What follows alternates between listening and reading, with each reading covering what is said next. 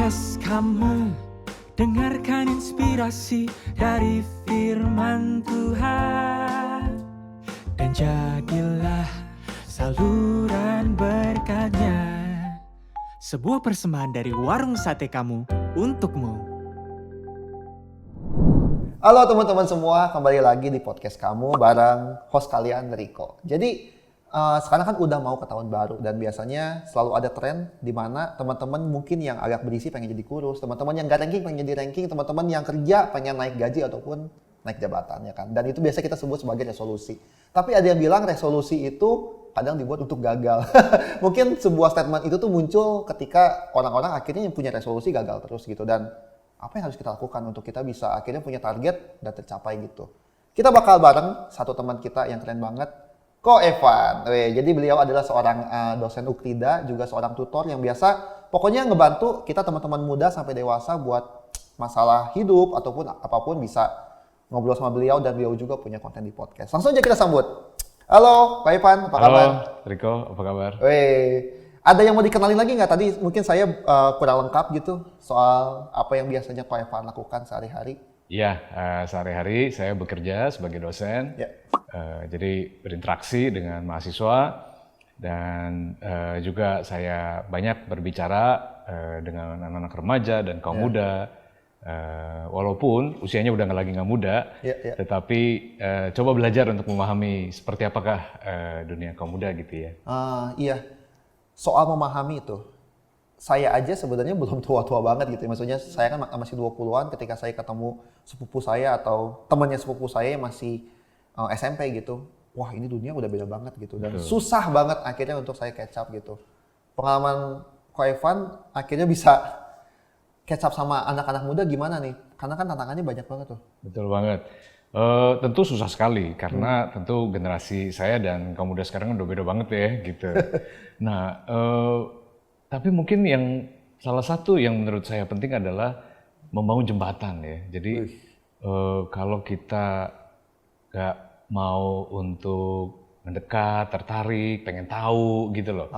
Apalagi sekarang contohnya misalkan dengan K-pop gitu loh ya. Anak saya aja, wah, penggemar NCT. Nah, saya NCT apaan tuh gitu. Tapi akhirnya baru tahu ternyata NCT itu tuh barangnya gitu. Jadi kuncinya tuh berempati ke mereka ya.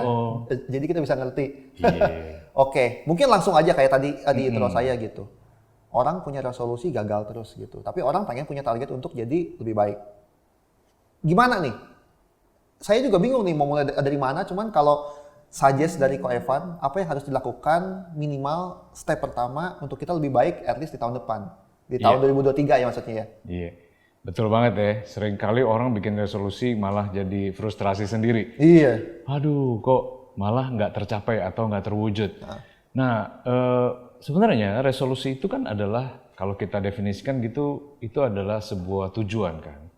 Usaha untuk menyelesaikan masalah atau sebuah, kalau di contohnya nih, kalau tahu PBB gitu kan, kita sering denger tuh resolusi PBB tuh gitu kan. Jadi intinya kita menyatakan gitu loh, apa yang mau kita capai, mau kita lakukan gitu. Biasanya dibuatnya tuh di akhir tahun atau menjelang tahun baru. Nah, padahal kalau dengan pengertian kayak gitu, Riko, sebenarnya kita bisa menyelesaikan masalah, bisa intinya membuat tujuan kan anytime kan. Bener kan? Iya. Nggak harus nunggu akhir tahun ya. Iya, jadi nggak harus nunggu kita. Ya kebetulan akhir tahun tuh jadi lebih enak aja gitu kan. Kayaknya ini kita mau mengakhiri sesuatu, mau memulai sesuatu yang baru. Oke. Gitu. Atau justru mungkin kenapa gagal karena kita tuh terlalu dalam tanda kutip superior, terlalu superior karena kita ngeplan 1 tahun ke depan. Padahal kan kita nggak tahu ya, dunia sangat beda banget gitu kan. Setiap bulannya, setiap harinya bisa berubah, sedangkan kita cuma plan untuk 1 tahun ke depan di awal tahun. Betul banget. Dan itu nggak bisa gitu kan. Betul banget. Jadi gimana? Nah, itu pelajaran sebenarnya yang kita bisa dapat dari pandemi itu. Oke. Siapa yang pernah menduga pandemi tiba-tiba terjadi, muncul, ya kan, corona, COVID. Nah, itu tuh orang ada yang responnya tuh istilahnya tuh shock gitu kan, kaget gitu kan. Tapi kemudian mau nggak mau akhirnya terpaksa untuk beradaptasi, menjadi fleksibel. Betul sekali. Jadi ketika kita mau membuat tujuan, mau membuat resolusi, kita kemudian lupa bahwa memang banyak hal yang kita nggak bisa kendalikan, kita nggak bisa prediksi, gitu. Tetapi bukan berarti kalau gitu nggak perlu bikin tujuan kan, Oke, gitu. iya. Tetap penting untuk apa nih yang mau kita lakukan, apa yang mau kita capai. Oke, berarti teman-teman yang mau bikin tujuan nih, berarti enaknya per 1 bulan sekali gitu atau gimana nih? Karena kan tetap tujuannya orang biasanya nonton podcast ini ya pengen menetapkan tujuan dong. Gimana nih berarti? Iya. Nah, tentu biasanya nih, apalagi ini kan menjelang tahun baru kan, Iya. gitu kan. Nah, tentu itu waktu yang sangat bagus banget untuk bikin tujuan. Jadi memang perfect sekali lah, gitu ya. Nah, tetapi kalau kita mau bikin itu anytime, setiap saat, setiap bulan, setiap minggu, bahkan setiap hari, itu bagus sekali. Jadi jangan terpatok pada gini. Kalau kita udah menetapkan nih, oh resolusi gua nih untuk 2023 ini gitu kan. Lalu nggak ada lagi perubahan tuh, kata Riko tadi kan. Padahal kan kita kan selalu berubah. Iya. So anytime kita tuh bisa fleksibel loh, bisa beradaptasi loh. So kita bisa adjust tuh. Tujuan-tujuan kita, apa yang mau kita capai, dan bagaimana kita mencapainya. Oke, ada contoh lebih praktikalnya nggak? Mungkin bisa ambil satu case soal pekerjaan kah, sekolah kah gitu, mencapai tujuan tertentu, terus nanti di tengah-tengah kita harus disrupsi plan-nya biar sesuai dengan Betul. ini. Misalkan contohnya misalkan ya di sekolah misalkan. Oke, sekolah. Anak-anak yang di sekolah kita pengen atau pengen mendapatkan nilai yang baik kan, pengen lulus gitu kan. Wah, pengen nih nilai matnya itu, mat kan itu menjadi momok gitu kan. Wah, itu pengen nilai matnya tuh perfect atau bagus gitu kan. Tahu-tahu kemudian masuk di semester yang baru, wah ternyata di tugas atau di PH yang pertama, wah itu remedial gitu kan, lalu terkaget-kaget gitu, wah lalu merasa kayaknya nggak mungkin deh aku atau gue tuh bisa dapetin nilai yang gue inginkan gitu loh. So waktu kayak gitu gimana? Apakah kemudian kita jadi mengelupakan atau menghilangkan resolusi itu? Kan enggak juga gitu. Oke, kalau gitu istilahnya seperti kita jalan nih, kita menemukan ada batu yang besar di tengah jalan kita. Lalu apa yang mau kita lakukan? Apakah kita mundur lagi ke belakang? Enggak lah. Ada alternatif lain kan, betul kan? Mungkin kita bisa menghindari, kita bisa mencari jalan alternatif, atau jangan-jangan kita bisa lompatin tuh batu. So, banyak sekali cara ya untuk kita bisa mencapai tujuan kita kan.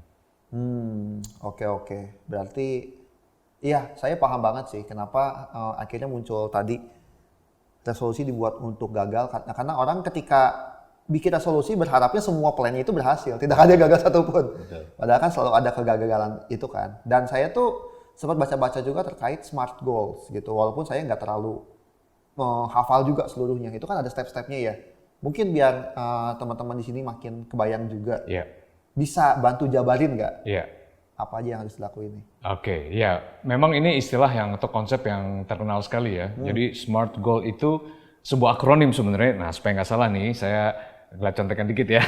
Jadi SMART itu adalah specific, measurable, attainable, realistic, dan timely bound ya. Nah ini biasanya banyak dipakai di bisnis ya, di dunia industri, tapi juga kemudian diaplikasikan pada berbagai area dalam kehidupan, termasuk juga area kehidupan pribadi gitu loh. Bahkan ada juga yang namanya pakai ER atau jadi smarter. Nah, jadi ada tuh. Jadi itu atau ER itu istilahnya exciting and recorded. Nah intinya adalah konsep ini mau mengatakan bahwa bikin tujuan itu ada loh cara-cara, prinsip-prinsip yang bisa digunakan untuk kira-kira bisa membantu kita ya, istilahnya menolong kita sedikit memastikan bahwa tujuan-tujuan kita itu step by step bisa tercapai gitu.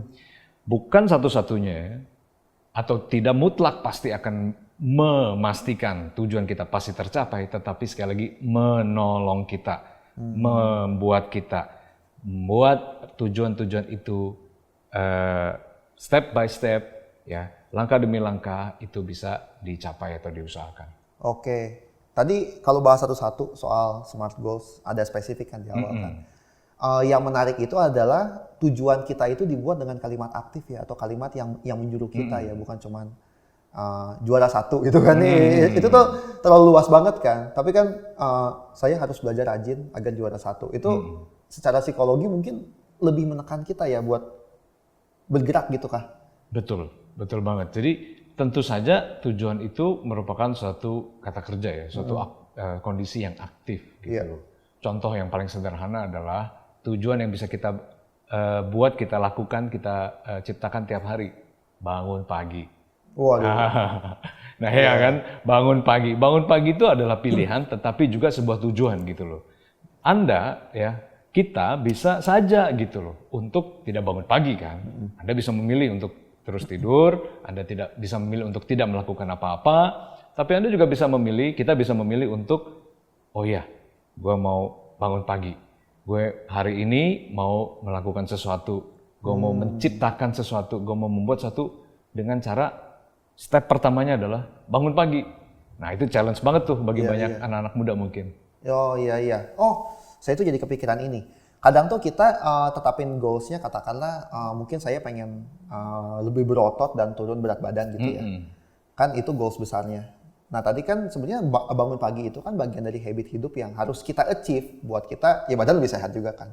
Nah berarti kan kita tuh harus mikirin nih turunan action plan gitu ya kalau betul. kita ngomongin profesionalnya dari tujuan kita tuh. Betul. Tapi kadang kita bingung gimana netapin turunannya. Tadi kan mungkin kepikiran bangun pagi, tapi pas tadi kita belum sebut mungkin nggak kepikiran loh. Kita harus bangun pagi untuk kita bisa punya badan bagus. Iya. Nah, ada tips lagi nggak? Nah, misalkan kita ambil tadi contoh dari SMART goal tadi. Iya. S-nya adalah spesifik. Nah, jadi memang kita perlu sekali untuk membuat tujuan itu secara spesifik.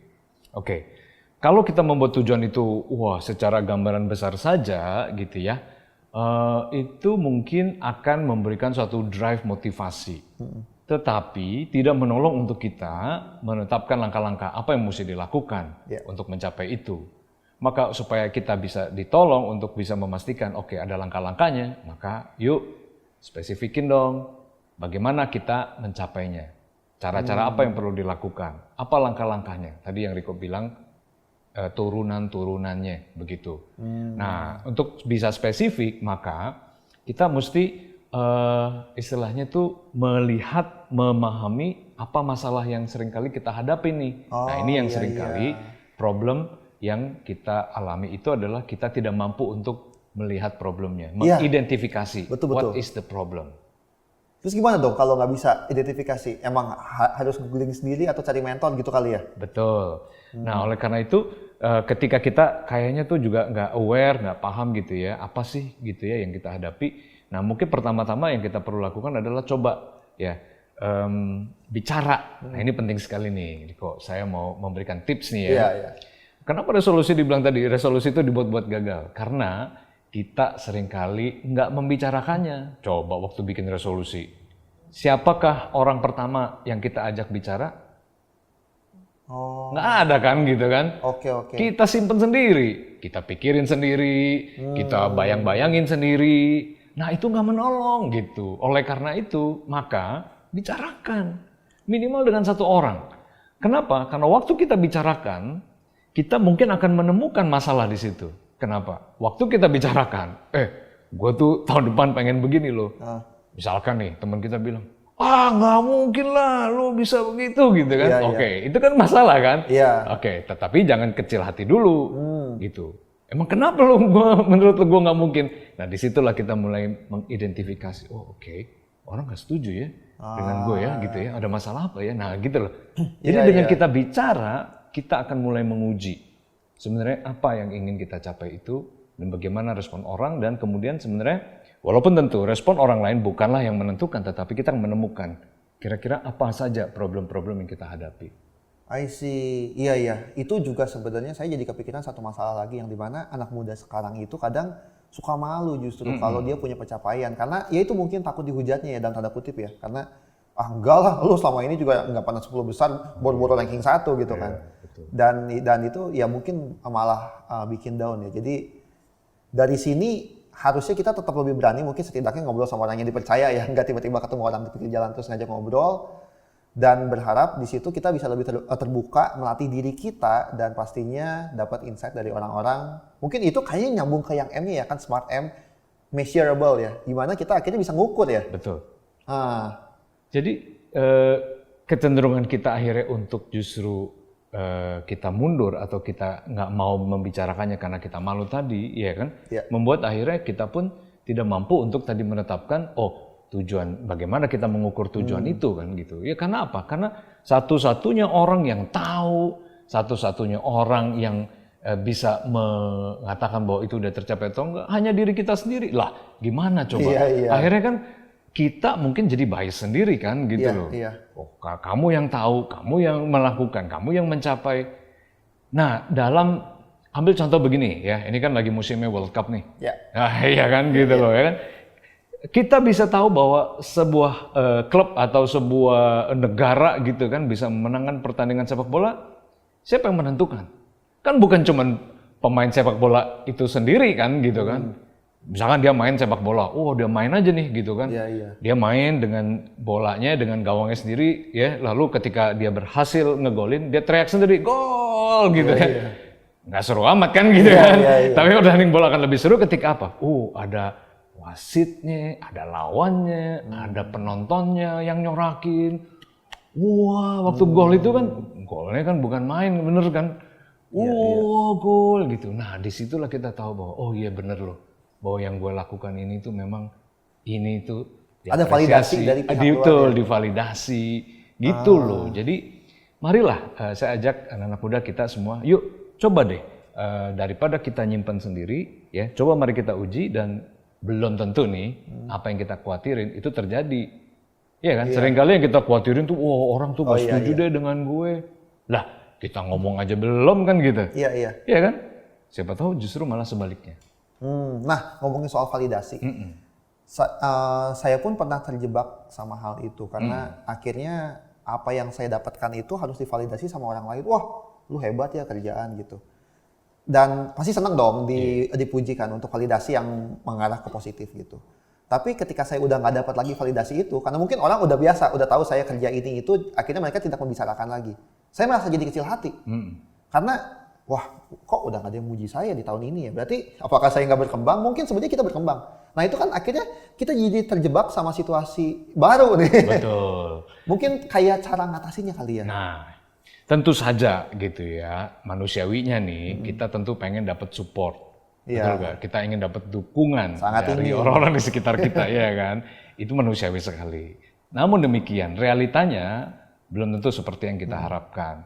Dan sekali lagi, it's okay. Kenapa? Karena justru dengan kita tadi ya, mendapatkan atau menemukan, ada masalah. Itu kan jadi sebuah langkah yang realistis buat kita men-challenge ya, diri kita juga, bagaimana kita menghadapi masalah itu? Apa respons kita? Simpelnya mungkin ya ada dua cara gitu ya. Kita entah bisa menghindar gitu ya, melarikan diri, atau kita mau memperjuangkan, kita mau fight. Nah, respons yang kita ambil ini menentukan. Nah, waktu kita misalkan mendapatkan justru kritikan, ya, cibiran bahkan. Nah, disitulah kita memang perlu untuk mempersiapkan diri, perlu mempersiapkan mental kita juga nih gitu ya. Kalau misalkan orang lain ternyata misalkan nggak setuju atau nggak mendukung kita, nah jangan kecil hati ya. Berarti kita bisa memikirkan kira-kira apa yang mereka pikirkan tentang kita. Sekali lagi ya, belum tentu apa yang orang katakan juga benar atau tepat tentang diri kita, tentang apa yang kita pikirkan. Ya, oleh karena itu tentu kita juga mesti bicara dengan orang yang tepat juga. Siapakah yang kita ajak bicara? Orang yang kita nggak kenal sama sekali tentu nggak menolong kita juga, gitu ya. Tetapi